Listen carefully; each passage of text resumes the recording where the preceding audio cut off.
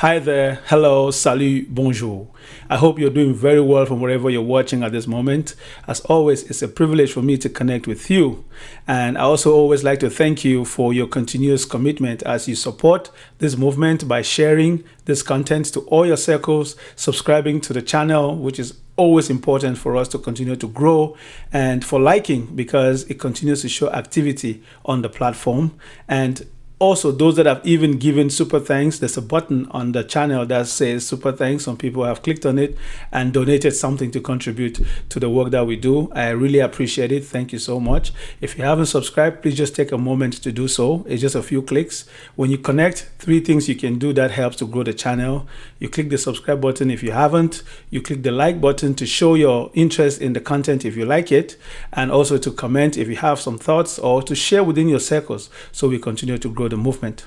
And just so you know, let's get into the business of the day. Today was considered day 1 of the 3-day ghost towns that was announced by Issa Tchiroma Bakary, the candidate who declared himself the winner of the presidential elections that took place in Cameroon on October 12, and backed by results that he published online for everyone to see. So we can just safely say he is the president-elect based on his own results, and also based on the people's outcry, because so far we haven't seen the contrary on the other side, except the fact that the Constitutional Council, which is considered the highest authority of the land in Cameroon, had come out and proclaimed President Paul Biya as the winner with a 53% margin of the electorate.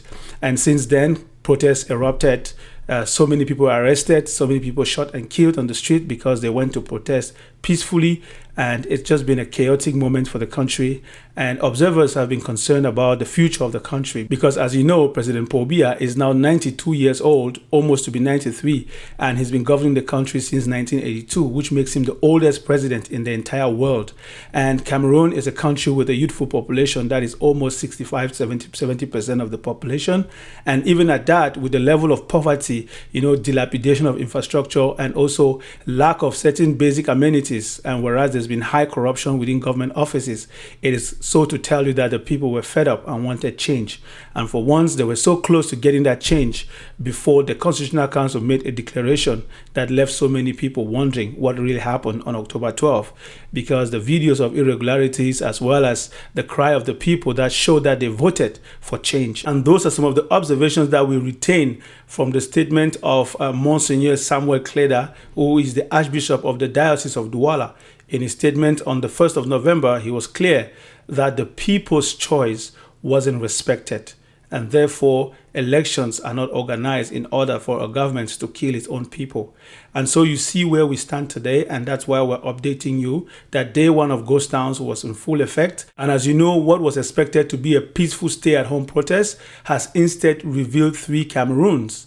On one side, you have those who stayed at home in defiance, and the other side, you had those who were forced out by state pressure, and those who are still silent and watching, very unsure of what comes next. But let's begin with the facts. Day 1 of the ghost towns was with mixed reality across major cities like Bafang, Bafoussam, Douala, Maroua, Garoua, Ngaoundéré, Fumban right to Banyo in the Adamawa region. Businesses were largely shut. Streets partly emptied, and there was very limited mobility, significantly reduced. But unlike a normal strike, the ghost town was contested. And why? Because senior divisional officers and divisional officers alike and mayors in multiple cities, were in the streets issuing threats, telling business owners that if you don't open your shop, it will be sealed by the administrators. And that was not sitting well with so many people, because you do remember that over the weekend, many SDOs took to the street with megaphones in Cameroon, never seen, du jamais vu. They were on the streets trying to mobilize people, telling them to make sure that they don't respect the ghost towns. So it seems that Issa Tchiroma Bakary's call left the regime in Yaoundé in a panic state. And reports indicate that the people felt terrorized because these SDOs and mayors were out there using megaphones, but also coming around with gendarmes and security forces to kind of coerce the people to go into some kind of forceful return to normal life. Yet, many of them refused. And we can cite the case of a breaking point in Banyo, where the CPDM party house was set ablaze, and also the house of one of the CPDM elite who happens to work at the presidency. His house was set ablaze. And why? Let's take you back to the starting point. The SDO of that region did not stay put. He came out and was forcing people to open their shops. People had peacefully stayed at home to respect the ghost towns. Yet this divisional officer came out telling people if they don't open their shops, that they are going to shut it down and put a seal on it, and they will not be able to open it when they want to, maybe on the 6th of November, because it's supposed to be a 3-day ghost town. And that did not sit well with the population. They felt so enraged, and this incident may just go down in Cameroon history as the Banyo revolt, because witness reports say residents, angered after being forced to open their shops, revolted, setting to fire the home of the senior CPDM elite linked to the presidency, as well as the local CPDM party office. And some residents were shouting that the administration can shoot them yesterday and then today force them to sell, because in essence, they went out to march peacefully. They were shot, they were arrested, they were detained, they were tortured. Today, they decide to stay home. You come and you force them to go back outside and act as if everything is normal. What do the administrators really want? What does the Yaoundé regime really want from them? And we have reports that the SDO was physically confronted and had to flee under protection. We can also inform you that Issa Tchiroma Bakary has issued new directives in a new video where he says he's safe, he continues the struggle, and he appeals to everyone to maintain the directives to stay at home for the ghost town in the memory of those that have lost their lives, and also to continue the peaceful resistance as they try to take back the victory that was stolen, that was confiscated by the Yaoundé regime following the proclamation of results by the Constitutional Council. And there's also a photo of him surfacing in a working session, so to speak, and that things are going behind the scenes as planned. And as you recall, he had mentioned that this was phase 3, because he says clearly that our victory was stolen and our people are being punished for choosing change. We will resist with dignity and unity. And as you know, a few days ago, Tchiroma had issued some statements where he mentioned that a few members of his family were abducted, and that those youth that were protecting him as a human shield in front of his house, some of them were shot and killed. And so he continues to appeal to the loyalist forces. And again, he also mentioned that a second attempt to abduct him was foiled by loyalist forces that continue to assure his safety and security. And we can also further inform you that Parliament, the National Assembly of Cameroon, has resumed its what we call the third ordinary session. And this session, as we've told you, is going to be the one that would lead up to the swearing in or the oath-taking ceremony by the candidate that was proclaimed as the winner of this presidential election, according to the Constitutional Council, in the person of Paul Biya, the incumbent. However, one MP, Nora Foster of the PCRN party, put up a post where she said clearly that this return of the National Assembly would be done without her, because she has decided to listen to the voice of the people that say they want liberty, freedom of expression, and so on. And therefore, she calls herself, this is a version 2.0 of her political life. And therefore, you can tell that it was met with mixed reactions. On one side, people are saying, too late. Others are saying, good on you for deciding to speak up and stand with the people.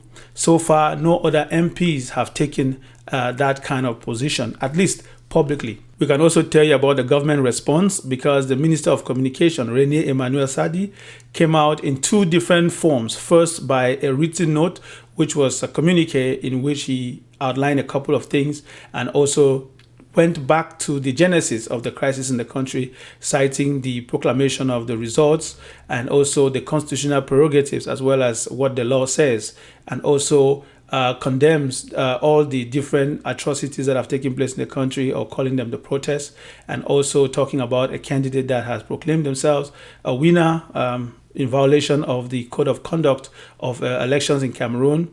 And he also went ahead to outline the fact that now that the results have been proclaimed, it's over, election cycle is considered over and we're just looking ahead for next steps. And he also did the same thing in a video press conference where he was able to articulate those similar lines. However, independent observers and human rights organizations continue to worry that these different outings by the various government officials doesn't help to suit the situation, but just go to continue to increase the tension in the country because they can retain at least three things. On one hand, you can hear the Minister of Communication outlining that they are denouncing protests and considers them acts of vandalism and manipulation, whereas on the other side, you hear Minister of Territorial Administration Paul Biya say, calling demonstrators drug addicts and delinquents, and it continues to show that this warning saying that the state will restore order by all means necessary, and that is also enough to continue to anger the population and the people that believe that they want change. And we can also inform you that there are even influencers, because we say there's a propaganda machine out there. There are influencers that went around and were publishing on their social media platforms, telling people to send them videos of their neighborhoods on the first day of Ghost Town to show that things are working and show that life is going back to normal. That when they send those videos, they will get 5,000 francs CFA. And just so you know, 5,000 CFA is like maybe $12 at most. And just to tell you that they are sending people on the street to go and fetch videos so that they can prove that there's normalcy. And these influencers are also young Cameroonians on different platforms. And some observers and civil society activists have pointed to these folks as being surrogates of the regime disguised as influencers on social media. And we can also tell you that the clergy and the civil society continue to speak out. We do also recall that on October 19, the head of the Episcopal Conference in Cameroon had published a statement where they indicated that they had observed elections in about 12,200 polling stations across the country. Of the 31,000 polling stations that were in the country, they had observed in at least 12,000, which is a good number, almost like 30 or 30 above percent. So they should be able to tell their own side of the story in the near future, which is what we're expecting to see, because we've told you before that independent observers believe that the only way to come out of this dire situation, this post-election crisis, would be to at least start with an audit of the ballot. We need to audit the ballot and show proof through the different procès-verbaux what actually transpired on October 12, because everything starts from there. Whatever came out of the polling stations on that night is that which should be reflected in the different procès-verbaux and the different reports that went to the Constitutional Council. Because those that want to fast forward and fast track will tell you, oh, the National Commission for Final Counting did their job and then Constitutional Council read the results. But if the country is still in a stalemate, it's because something went wrong along the lines and the people don't see themselves reflected in those results. And so we're just telling you that there's been pressure all over. The international community is still very reticent. No formal congratulations from major partners. As we told you before, controversial congratulatory message that has been confirmed by the embassy of the Russia embassy in Cameroon, something that is still putting so many people in doubt. However, we can also tell you that within the sub-Saharan Central Africa region, you saw congratulations come from Gabon, from Chad. Independent observers continue to decry that those congratulatory messages don't amount to anything, because those people don't borrow money to Cameroon. That the big countries, the big partners that are within Europe and North America, those are the big partners that if they congratulate, then we shall know where they stand. But because they're not congratulating, but rather issuing statements of caution where they are asking for the respect of human rights and also to follow the Constitution and follow democratic principles and also investigate the killings, the protests, the torture, and release all those that have been arbitrarily arrested and so on and so forth. So we still see that the international community hasn't yet said a final word, and the people of Cameroon also know that nobody's going to come to save them, and Issa Tchiroma Bakary has said it many times in his different outings. And therefore we can talk about the diaspora and domestic reaction, because protests continued in Paris. You could see over the weekend there was protests in Paris, there was protests in Canada, there was protests in different parts of Europe, in Cyprus. It continued, and the people are united, and they say we have to free Cameroon, because legitimacy is not forced, and the ghost towns must be enforced because they are Cameroon. And those within Cameroon who say they are fighting to restore their vote say they are not afraid of running out of food, they are more afraid of running out of freedom. which is a powerful statement that leads us to our editorial piece of today, where we're asking a big question. If the government claims it won the election, why is it afraid of silence? Why is it afraid of people staying at home and not coming out to protest? And I know in our last editorial piece, we mentioned that what did President Paul Biya tell the people to make them want to vote for him and give him a 7-year mandate? And we had some folks reach out to say, why are we not also asking the same question? What did Issa Tchiroma Bakary promise to the people that will make them want to vote for him? But I think I should brush that off really fast before we go into our editorial analysis of today. A few things come to mind when we talk about Issa Tchiroma Bakary. Issa Tchiroma Bakary has already told the people, I know my past and I'm asking for forgiveness. I worked alongside this regime in different capacity. But observers will tell you clearly that Issa Tchiroma Bakary worked with the regime in Yaoundé and was never a member of the CPDM party. He was a member of his own party, the FSNC. And before that, he had also worked alongside Bello Buba Magari in the UNDP, and those were in the early 90s. And he was an opposition party leader working with Bello Buba Magari as the number 2 person. And you should recall that he was arrested in 1984, picked up in Douala, arrested in 1984, and went to jail and spent close to 7 years in jail because he was accused of having been part of a failed coup d'etat that took place in Cameroon. And how did that coup d'etat come about? Again, because he was seen as a prodigy of President Amadou Ahidjo, the first president of Cameroon, who left office and was almost deceived to resign, as historians are telling us today, that he wasn't sick enough, but he was deceived by a French doctor to resign and to hand power to the second in command, who is the current president of Cameroon, President Paul Biya. And he did that in 1982, and that's what put President Paul Biya in office. But then President Ahidjo kept power using the Cameroon National Union, which was a CNU, which was at the time the only party that existed in the country. So the party was bigger than the state and powerful than the state. So he had been convinced by those that told him to resign that if he keeps that power, he'll be able to control affairs, so he can relinquish the governance of the country, or so to speak, the presidency, to Paul Biya, which he did. So in other words, 2 years after, when President Paul Biya started putting on his own machine, he started cutting those powers. And history is saying that President Amadou Ahidjo wasn't happy with the fact that his powers were being cut down and stripped. And because somebody advised President Paul Biya at the time to remember that the state comes above the party. And it is that advice that prompted him to now try to regain control of the country. And that did not sit well with President Amadou Ahidjo, according to what the historians of the day are telling us. That is where the idea of accusing President Amadou Ahidjo of having orchestrated the coup is unfortunate. He's no longer alive. He died in exile in Senegal. And so he cannot defend his own side of the story. But that is what pundits have continued to preach, that it was because of the powers that were being stripped from him that his surrogates, or those that were still loyal to him, felt the necessity to attempt a coup d'etat. We still don't know the truth about this coup d'etat because in Cameroon history, it was almost a taboo subject for many years. So many people lost their lives. They were arrested, arbitrarily detained, tortured, and there are rumors of so many deaths that took place within the ranks of the military. And we can tell you that so many people died and families lost loved ones. So Issa Tchiroma Bakary is a living day victim of that process. And therefore, that is his story. When he tells people, he doesn't even talk about the arrest and all the torture. But you can tell that it left part of some kind of post-traumatic stress disorder in him. But he was able to heal and recover properly. But fast forward to the early 90s, he was able to come back to the government through an alliance with the president of the republic himself. Because remember, he was always part of a different party, the UNDP, and then when him and Bello Buba did not continue to see eye to eye, he went and formed his own party, the FSNC. So he's worked with the regime. He was notorious of being a communication minister that was defending the regime, tooth and nail. There are so many clips of him saying all those things.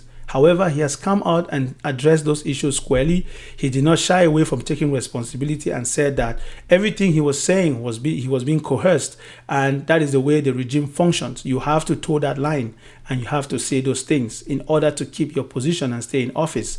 But he knew that there would be a time when he would need to face his conscience and ask himself the real hard questions, which is what he did when he walked away from the government in June of this year. And in his own words, he says he had not seen the president face to face and discuss the future of the country. That is the person with whom he had an agreement with. So not seeing the president for all these years made him to understand that we're not being governed by President Paul Biya. We are being governed by a cabal. And that cabal wants to destroy the future of the country.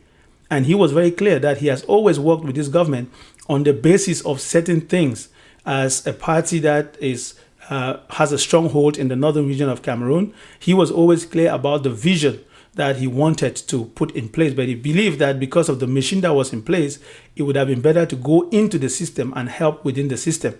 Of course, people can accuse him of all kinds of, carpet crossing. However, this time around, he's made it clear that this is not the Tchiroma that you knew before, and he is ready to dedicate the rest of his life to serve the people. And we should also add that UPC 2025, which is the movement that was able to prop Issa Tchiroma Bakary to the top, they vetted him. And the reason they vetted him and approved of his candidacy was because they gave him terms of reference, terms and conditions.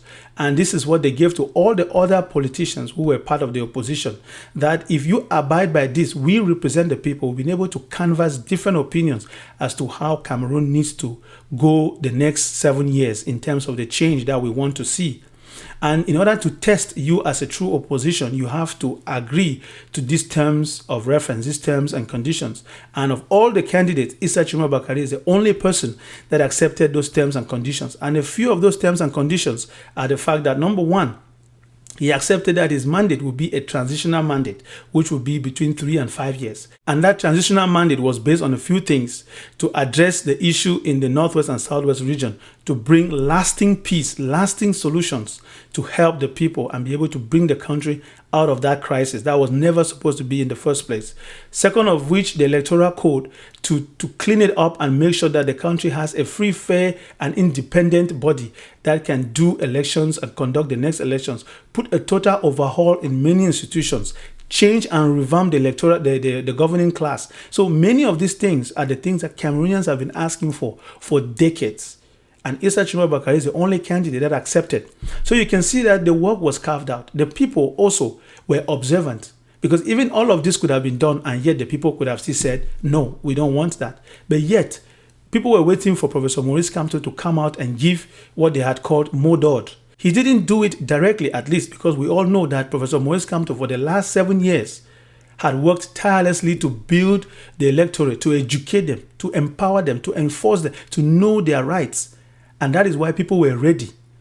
And they were so disappointed when the Constitutional Council, the same Constitutional Council, dismissed his candidacy on the premise of a very faulty website of the Ministry of Territorial Administration, which again goes to tell you the level of corruption that observers have decried. Because according to them, how can the website of a reputable ministry like the Ministry of Territorial Administration be hacked and nobody went to jail and nothing was done? And yet it led to the dismissal of an important figure in the electoral process of Cameroon.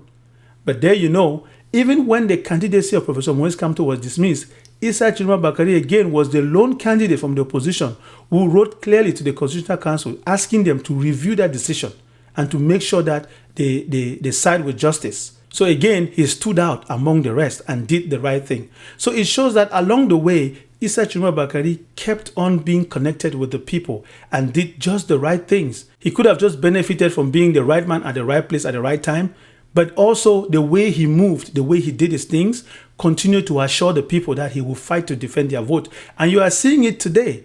The people are not regretting why they voted for Issa Tchiroma Bakary, because he's proven to be a fighter. Where are all the opposition leaders, those that stood for the opposition? Where are they? Everybody has run and ducked in, and those that are parliamentarians are keeping their jobs. We could see Joshua Osi today at the National Assembly. We could see Cabral Libi. Everybody is going back to business as usual. And of course, they've come out and congratulated President Paul Biya without even putting up a fight. Before the Constitutional Council came out with the results, they were among the first to issue statements of defeat.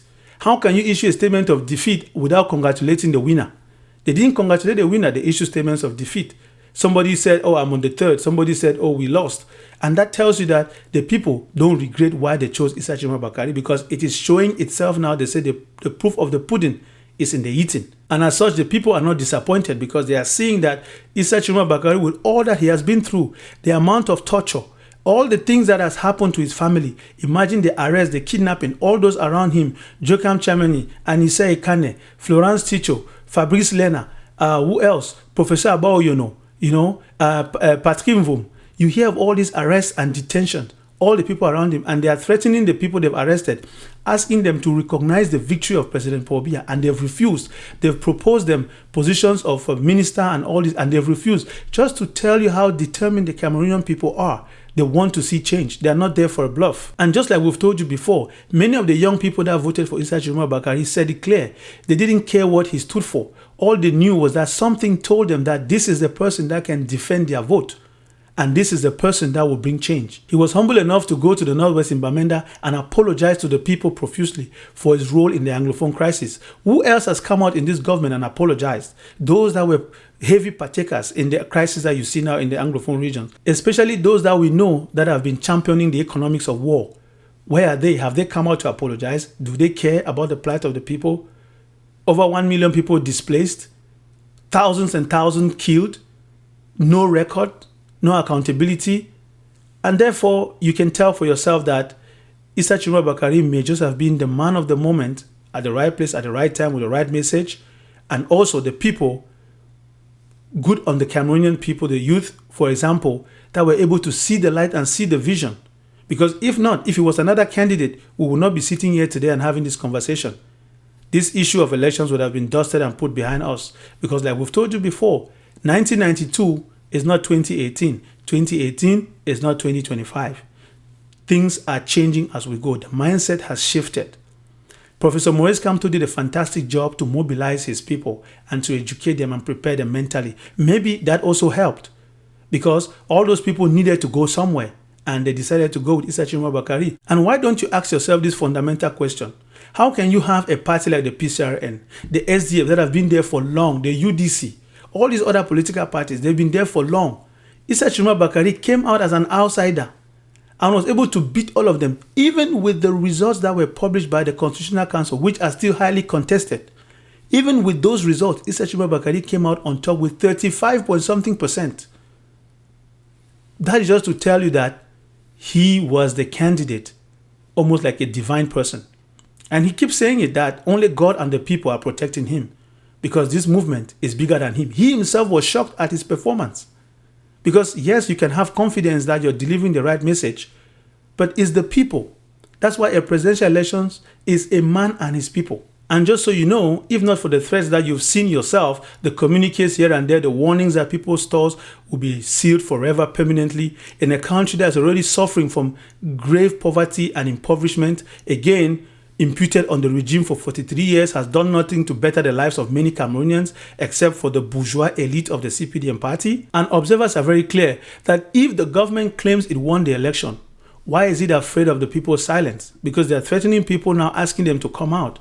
If the government is confident in its legitimacy, does it need to seal shops, arm patrols, block social media? In some cases, people couldn't use Facebook. They had to be using VPN. The internet blackout in some places, abductions and late-night arrests, paid propaganda, threats against civilians, a president who is invisible. Democracy is not measured on election day. Democracy is measured the day after, when people respond. And therefore, ghost towns matter. And we understand that people are so impoverished, they are scared, they go through difficult times already in everyday life. Because you also know that in the Northwest and Southwest regions, since 2016, ghost towns on Mondays has been a normal deal. They call it country Sunday or country Monday. And it's just been the case. So people have been doing that already. Because civil rights activists will tell you that ghost towns are a strategic reversal of power, wherein the people take back, they withdraw their consent and say they will not fuel the economy. They will not pretend that nothing happened.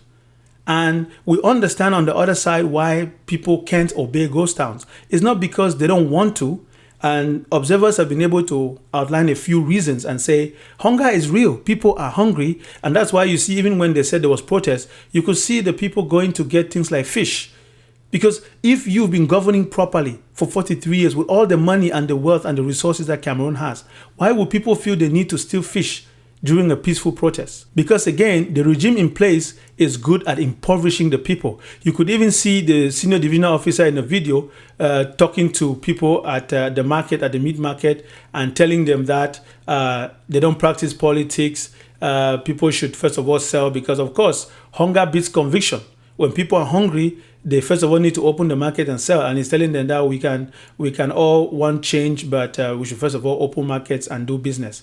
And that only tells you that it's sad because the people that he's talking to don't have bodyguards like he does. He's there with a uniform. Again, colonial mentality, which is something we're going to tackle in another day. It's whole colonial mentality. He's there in a uniform, protected with bodyguards in a market where you can see the filth and the people struggling, the young people who've lost hope. Some of them are degree holders, went to school, they have nothing to show for it. And they are there selling like petty traders and hawkers. And he's telling them that, oh, open your shops and sell. Because he knows that if the situation is grounded to a halt, his position will suffer. But he's convincing the people to not observe any form of ghost town, which can lead to a permanent resolution of their cries. So there's an irony there because it's easy to come and tell the people to open up shop. But it also tells you that the hunger that they've impoverished the people over this decade is what is causing people not to be able to resist. Because as you know, social welfare services don't exist. Because in functional democracies, social welfare services exist. I know we've heard so many times surrogates of the CPDM point to the fact that there were those that were called gilets jaunes in France. They were protesting. Did the police not use brutality and put them down? Yes, but nobody died. Because you can have tasers and rubber bullets to shoot people that are destructive during a protest or a riot.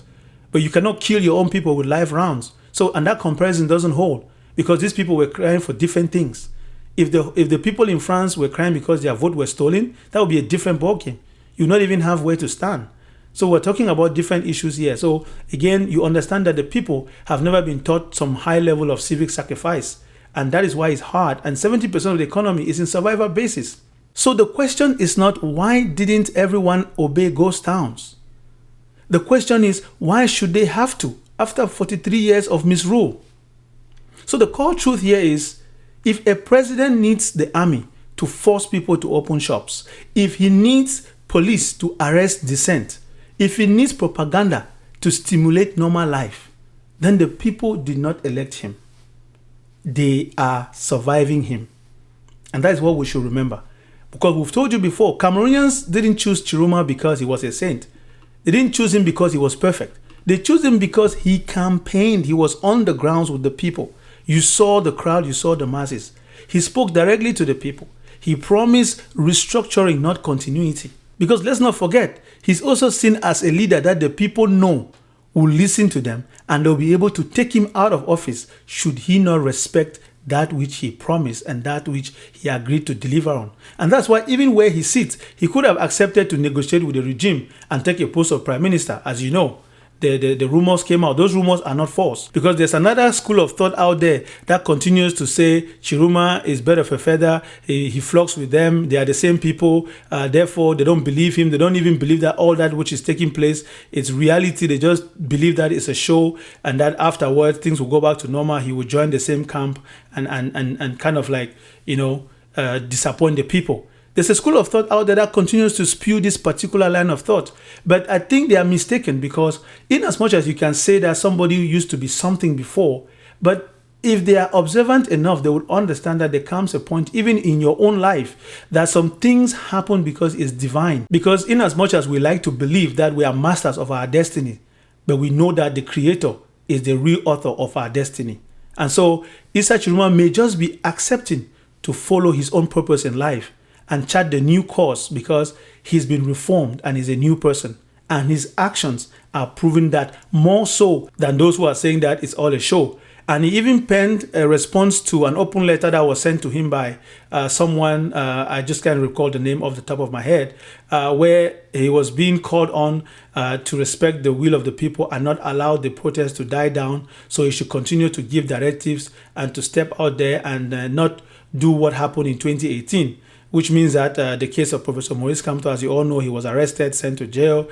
It was hard for the movement to continue to claim his victory, because you do know that some of his party members were jailed. And the good question that is good to ask for those that are saying Issa Tchiroma Bakary's protesters went on the street and they were violent and they were this. What about those MRC members who were not violent? They were at home and they were arrested, tortured, detained. Some of them have spent more than 5-6 years in jail. They were just lucky that their term in jail just expired recently and some of them were released. What are you going to say about those cases? And that just goes to show you that the regime doesn't really care. Whether you protest peacefully or not, you sit at home for a ghost town or not. As long as you are considered an opposition in the eyes of the regime, if you don't lay low and hush and stay quiet, if you poke your head and try to look at what's happening in Yaoundé, good governance, corruption, embezzlement, if you are just seen as somebody who is speaking truth to power or any dissenting voice, they'll arrest you, they'll torture you, they'll do anything to you, as long as nobody's watching. And they'll expect that it will set an example to all the others, so they will refrain from ever attempting. So you can go and drink your beer to stupor and do whatever you want to do, have your promiscuous life and do anything. They don't care. As long as you don't look at what's happening in Yaoundé and what's happening in the government coffers, oil and gas, the petroleum sector. I mean, you'll be shocked to hear about the high levels of embezzlement, corruption, and mismanagement at government corporations. We can talk about the petroleum company, the SNH, the oil and gas, many sectors. So if you try as much as possible to lift your head up and try to say anything, you can be arrested, tortured, and detained, and made to disappear in some cases. So it's nothing new. So those excuses about the fact that people were arrested and killed because they were protesting, they were violent, they were looting, those excuses don't hold, because there's evidence to show the contrary. And as we conclude this piece, it's important that we always get back to the center. Why do we even have to talk about ghost towns in a country that had an election that was supposed to be free, fair, and transparent? It's because the people say their vote was stolen, their election's victory was stolen. And that puts to question the divide between legality and legitimacy. Because when these two separate, a country goes into crisis. But if they collide, a nation enters a transition. Because legality is written by institutions, whereas legitimacy is written by the people. And we can tell you that in Kenya in 2017, in Gambia in 2017, Ivory Coast in 2010, in one way or another, and in all these cases, legitimacy eventually outweighed legality. So we should all take note of this, because while the people in Yaoundé are going about their activities as business as usual, trying to show tough and show as if everything is functioning, you could see parliamentarians at the assembly inviting all the ministers to sit there and pose and act as if everything is normal. No. Who will govern Cameroon is still a big question. And that is not going to end, not today, not tomorrow. And therefore, Cameroonians home and abroad, the question we asked the last time is still on the table. Who will govern Cameroon? The man declared by the council or the man chosen by the people? Because the answer is no longer in the courtrooms. It is now in the streets, the pulpits, the marketplaces, the diaspora, and the conscience of every Cameroonian. Because we also know that people are still wondering what will happen after the 3 days of Ghost Town. But we can be rest assured that Issa Tchiroma Bakary and his team are doing something behind the scenes, and we will be hearing from them to know exactly what the next plan is. But in the meantime, the question remains, if both men get sworn in this week, who would govern Cameroon? What would be the fate of the country? There are so many questions lingering in the air. So Cameroonians home and abroad, continue to lend your voice to the struggle. And those of you watching, you right here, right now, thank you for staying to the end, and thank you for subscribing. If you haven't done so, please hit that subscribe button, hit the notification bell so you don't miss any of our episodes, and also comment if you think you've heard something that you have something to say about. Please do so, and hit the like button. That is good. It engages others and it shows that the content is something that others can watch and you can share within your circle. Please continue to share. The more you do that, the more you support. And thank you for those that have left a super thanks. We know it's not easy for some people to have the resources to support a platform like this. We do appreciate it. We don't take that for granted, because the loud cries of change that we hear coming from Cameroon requires us to go further than public discourse and civic series, making sure that we continue to shine a spotlight on the country and the issues facing the people. So more and more benevolent voices can come to their aid and their rescue. There are so many young people languishing in cell and tortured, and families mourning loved ones, and families that have people that have disappeared completely and they don't even know where they are. And so many others living in fear and terror. So the more we continue to lend our voice, the more the issue remains a burning issue, and the more the benevolent forces will come in and help the people have the courage to take their destiny in their own hands. And again, stay vigilant, stay informed, and stay connected, and continue to lend your voice. You Cameroonian, home and abroad, you global citizen just interested in helping the people in Cameroon, or just sharing your thoughts and your ideas, it is all welcomed. And as always, until the next one, stay blessed.